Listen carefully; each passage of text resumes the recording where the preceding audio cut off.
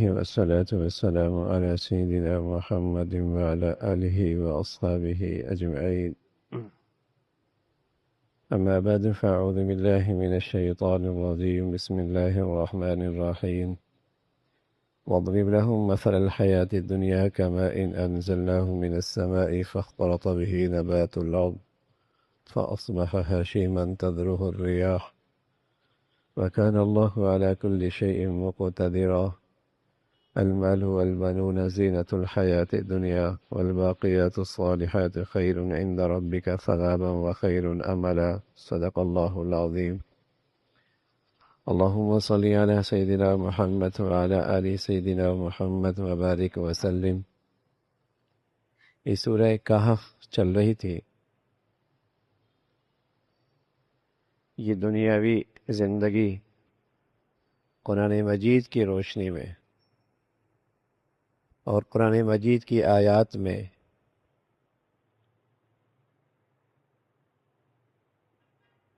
کہ یہ ایک عبوری زندگی کا وقت ہے، یہ ایک محدود وقفہ ہے ماں کے پیٹ سے قبر کے پیڑ کے درمیان.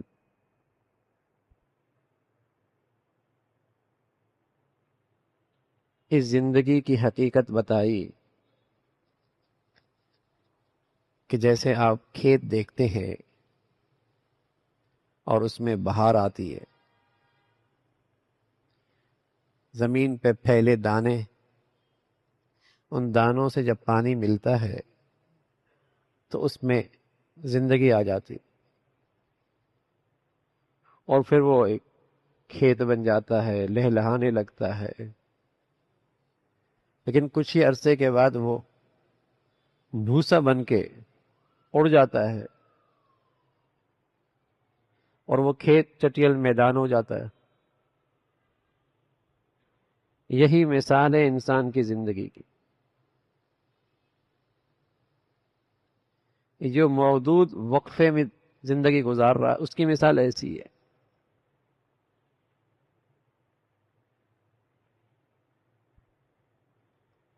مادی ذہنیت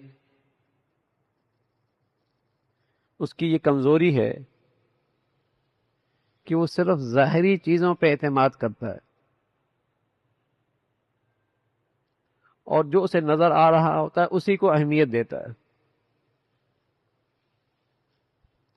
اور اسی پر اپنی ساری توانائیاں صرف کر رہا ہوتا ہے. یہ اس مادی ذہنیت کی کمزوری ہے. اس لیے وہ اسباب کو دیکھ کر اسباب ہی کے پیچھے لگ جاتا ہے اور اسباب کے پیچھے جو ذات ہے اسے بھول جاتا ہے. اسی طرح جو موجودہ زندگی ہے حد سے زیادہ اس سے تعلق رکھتا ہے اور جو اس کے بعد حقیقی زندگی ہے اسے فراموش کر دیتا ہے.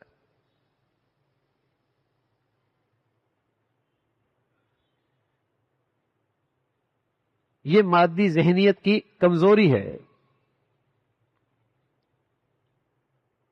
وہ اسی زندگی کو حد سے زیادہ اہمیت دے رہا، اس کی نظر میں اس کی عظمت، اہمیت، تقدس اسی کا ہے. اور اس کی حقیقت قرآن کی روشنی میں کیا ہے؟ مٹی کی طرح، جسے وہ کھیت مٹی میں مل جاتا ہے اور محدود وقت کے لیے وہ ایک لہلہاتا اور اچھا نظر آتا ہے. ایسی کسی انسان کے پاس جب مال و دولت اکٹھی ہوتی ہے، اولاد اکٹھی ہوتی ہے، تو بعض لوگوں کے لیے وہ قابل رشک ہو جاتی ہے اس کی زندگی.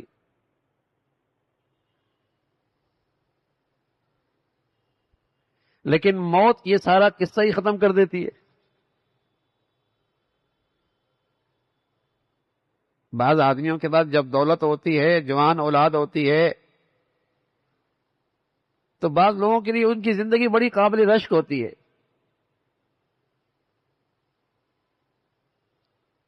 لیکن موت آ کر یہ سارا قصہ ہی ختم کر دیتی ہے. جیسے کھیت کے ساتھ ہوتا ہے کہ کاشتکار بڑی امید لگائے بیٹھا ہوتا ہے اپنی اس کھیتی سے کہ میری محنت، میری مزدوری اور میرا بیج کئی گنا بڑھ کر مجھے ابھی ملنے والا ہے. کوئی آفت آتی ہے سب مٹی ہو جاتا.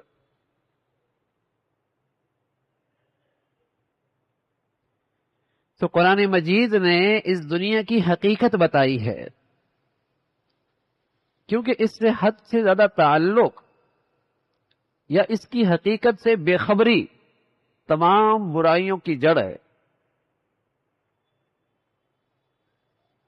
اس دنیا کا صحیح علم نہ ہونا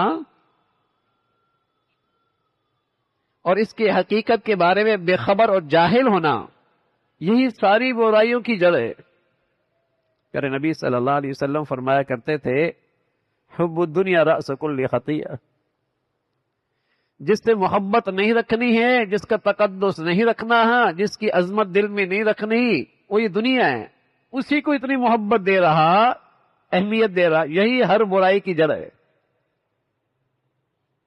کیونکہ اس کے سارے زندگی کے فیصلے پھر اسی کے گرد گھومتے ہیں.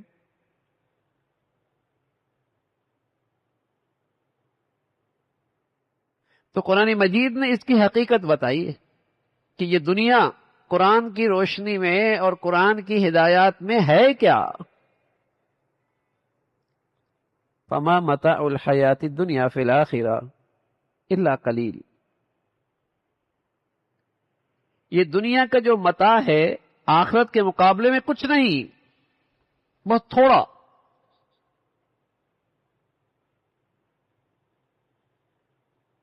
پیارے نبی صلی اللہ علیہ وسلم نے اس کو مثال سے سمجھایا. فرمایا اگر تم سمندر میں انگلی رکھو اور تمہاری انگلی پہ کتنا سمندر کا پانی لگ رہا، جو اس پانی کو سمندر سے نسبت ہے، اس دنیا کی زندگی کو آخرت کی زندگی سے اتنی بھی نسبت نہیں ہے.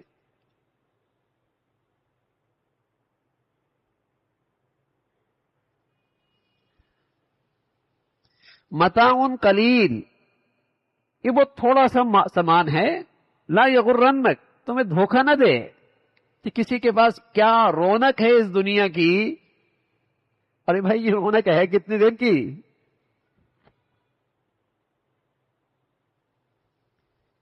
جسے تم قابل رشک سمجھ رہے ہو، کیا اس کے پاس پائیداری ہے؟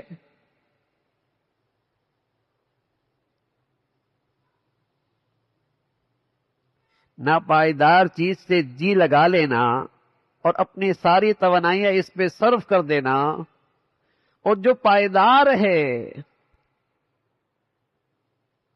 جو ہمیشہ کے ہے، اسے نظر انداز کر دینا، کون سی عقل مندی ہے؟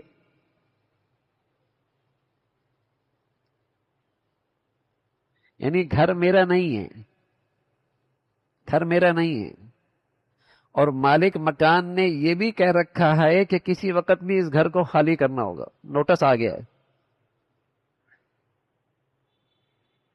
اور آگے میرا اپنا گھر بن رہا ہے جو 100% میرا ہے. لیکن اگر میں تمام صلاحیتیں اور توجہ اس کرائے کے گھر پہ دے رہا ہوں جس پہ مجھے کسی وقت بھی مالک مکان نکال دے گا، اور جو میرا اپنا گھر تعمیر پہ ہے اس پہ بالکل توجہ نہیں دے رہا، کیا کہا جائے گا؟ عقل مند آدمی.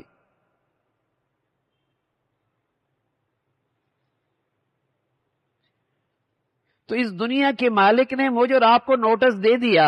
میرے ابا چلے گئے، اماں چلے گئے، دادا چلے گئے، میرے گھر کے کئی لوگ جا چکے، یہی نوٹس ہے کہ اس دنیا میں تم ٹرسٹی ہو، مالک نہیں ہو. کسی لمحے بھی یہاں سے نکلنا ہوگا.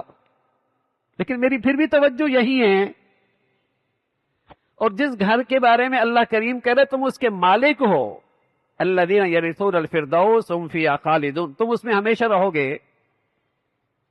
لیکن میری زندگی کی سوچ میں کہیں وہ نہیں ہے، میری محنت اور کوشش میں کہیں اس پہ توجہ نہیں ہے، میری توانائیاں اور صلاحیتیں اس پر بالکل نہیں لگ رہی. کیا کہا جائے گا؟ اللہ کے نبی صلی اللہ علیہ وسلم نے تو اس شخص کے بارے میں فرمایا یہ احمق ہے، یہ کم عقل ہے.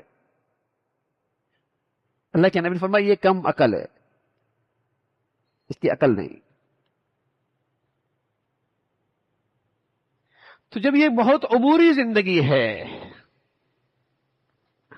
اور اس کی اس زندگی کے بارے میں کوئی حیثیت بھی نہیں ہے، وہ ابدی ہے، وہ پائیدار ہے، وہ معیار کے لحاظ سے، کوالٹی کے لحاظ سے بھی بہت بڑھیا ہے، اور یہ پائیدار بھی نہیں ہے، اور اس میں کمزوری اور نقص بھی بہت ہے۔ یعنی اگر اچھا کھا بھی لیا تو لگا رہتا ہے پتہ نہیں پیٹ ٹھیک بھی رہے گا نہیں رہے گا، کوئی سہولت کر بھی رہی، لیکن اس سہولت پر کو جو بل دینا پڑے گا اور جو ماہانہ خرچے آئیں گے پریشان تو کریں گے۔ یہاں تو اتنا نقص ہے، اتنی اس میں عیب ہے، اور وہ زندگی ایسی ہے پائیدار بھی ہے اور کوالٹی بھی ہے، اس کی کوالٹی بھی ہے۔ والآخرۃ خیر وابقیٰ، کوالٹی بھی بہت اچھی اور پائیدار بھی بہت، اس کو نظر انداز کر دیا۔ تو مادی ذہنیت کی یہ خامی ہے کہ وہ پائیدار زندگی کو بھول جاتا ہے اور ناپائیدار زندگی پہ فریفتہ ہو جاتا، اپنی توانائیاں اور صلاحیتیں اس ناپائیدار زندگی پہ لگاتا ہے اور سمجھتا ہے کہ بہت ہی ہوشیار ہوں میں نے کچھ بہت ہی بڑا ہدف حاصل کر لیا، کمال کر لیا۔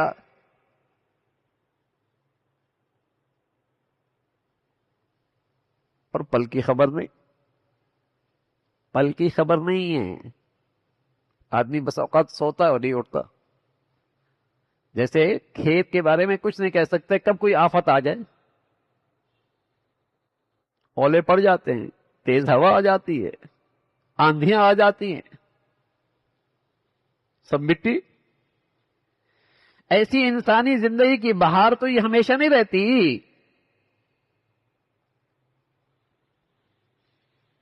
یہ بہار تو ہمیشہ نہیں رہتی،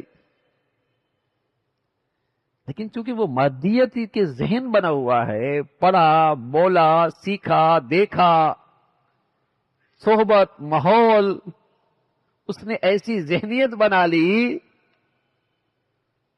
کہ اس زندگی کی بہت اہمیت ہے، اور جس زندگی کی اہمیت ہونی چاہیے تھی، جو پائیدار تھی، اس کو میری زندگی میں کوئی اہمیت حاصل نہیں، نہ اپنی زندگی میں اہمیت حاصل ہے اسے، اور نہ اپنے بچے بچیوں کی تربیت میں اس زندگی کوئی اہمیت حاصل ہے۔ اس زندگی کی بہت اہمیت ہے۔ ہم کہا کرتے ہیں چھوٹے چھوٹے بچے بےچارے، وہ 3 سال کے 4 سال کے اسکول کے دروازوں پہ پہنچ جاتے ہیں، ان کی آنکھیں بھی نہیں کھل رہی ہوتی، ناشتہ بھی نہیں کیا ہوتا، لیکن چونکہ ماں باپ کی نظر میں اس زندگی کی اہمیت بہت ہے تو کہتے ہیں اگر نہیں پڑھا تو زندگی خراب ہو جائے گی۔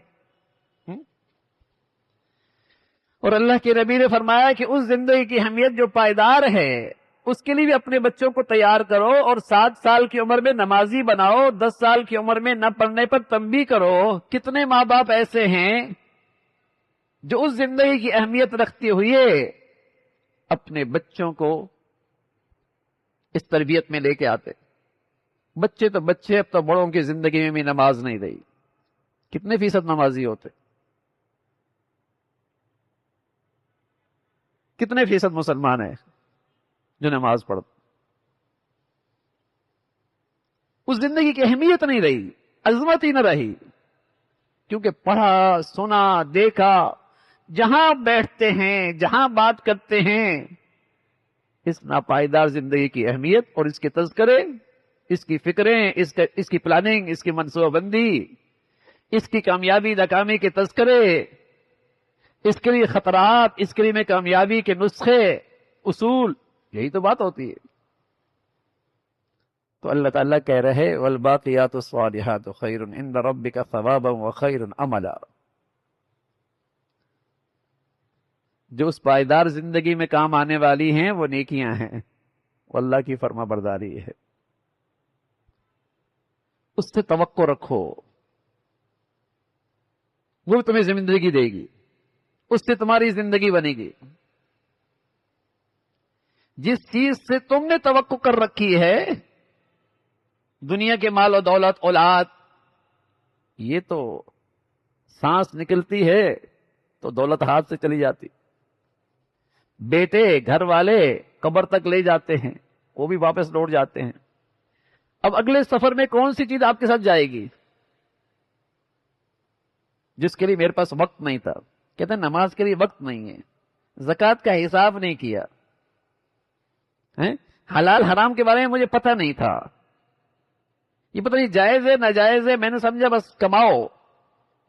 جس کے لیے میرے وقت نہیں تھا، آگے کھربوں سال میں اسی کرنسی نے کام آنا ہے، اس کے لیے اس کے وقت نہیں تھا. وقت کس کے لیے تھا؟ دولت کے لیے، دنیا کی دولت کے لیے، جو سانس نکلتی جدا ہو جائے گی، گھر والوں کے لیے، اولاد کے لیے، جو قبر تک چھوڑ کے واپس ہو جائے گی. اور جس نے ساتھ چلنا ہے اس کے لیے اس کو وقت نہیں ہے. تو اللہ کریم کہہ رہے والباقیات الصالحات خیر عند ربک ثوابا وخیر عملا. نیکیاں کرنی چاہیے تھی جو پائیدار ہیں،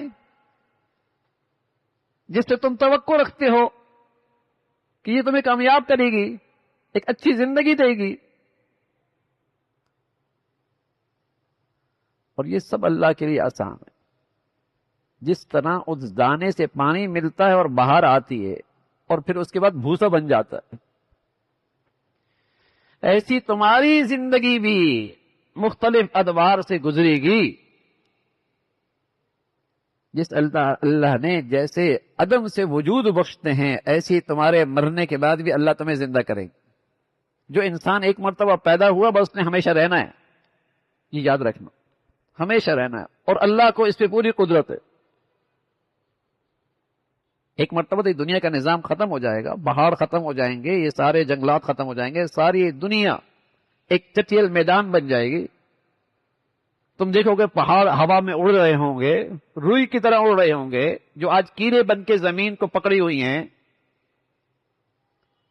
لیکن یہ سب ختم ہو جائے گا اور انسان اپنی اپنی جگہوں سے اٹھ کے آئے گا. اور ایسی اٹھ کے آئے گا جیسے اماں کے پیٹ سے اکیلا آیا تھا، تو وہاں بھی اپنی اپنی جگہوں سے اکیلا اٹھ کے آئے گا. تمہیں لگتا ہے کہ انسان مر گیا تو سب ختم ہو گیا، لگتا ہے، یہ تمہارا خیال ہے. حقیقت ایسی کچھ نہیں. حقیقت یہی ہے کہ جو کچھ تم نے کیا وہ سب تمہاری آنکھوں کے سامنے آ جائے گا. کوئی چیز گم نہیں ہوگی، نہ نیکی نہ بدی.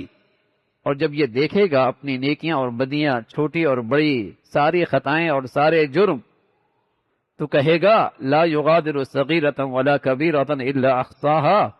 نہ چھوٹی برائی رہی نہ بڑی برائی رہی، یہ سبھی میری آنکھوں کے سامنے ہیں. اللہ تعالیٰ فرمائیں گے، اللہ تعالیٰ کسی کا زیادتی نہیں کریں گے، سب سامنے آ جائے گا. بس اوقات آدمی کہتا ہے، اور بعض لوگوں کا یہ عقیدہ ہے کہ سب فنا ہو جائے گا، ختم ہو جائے گا. تو قرآن نے اس سچائی کو بتایا کہ نہیں، فنا نہیں ہوگا. بس یہ محدود زندگی کا وقفہ ختم ہوگا، پھر نئی زندگی کا وقفہ، نئی زندگی شروع ہوگی. فنا نہیں ہوگا. اور اس زندگی میں اس زندگی کا سارا نقشہ تمہارے سامنے آئے گا. اس محدود زندگی میں تم نے کیا کیا وہ سامنے آ جائے گا، اور کسی کے ساتھ زیادتی نہیں ہوگی. جو اس نے کیا ہوگا ویسا اس کا بدلہ ملے گا.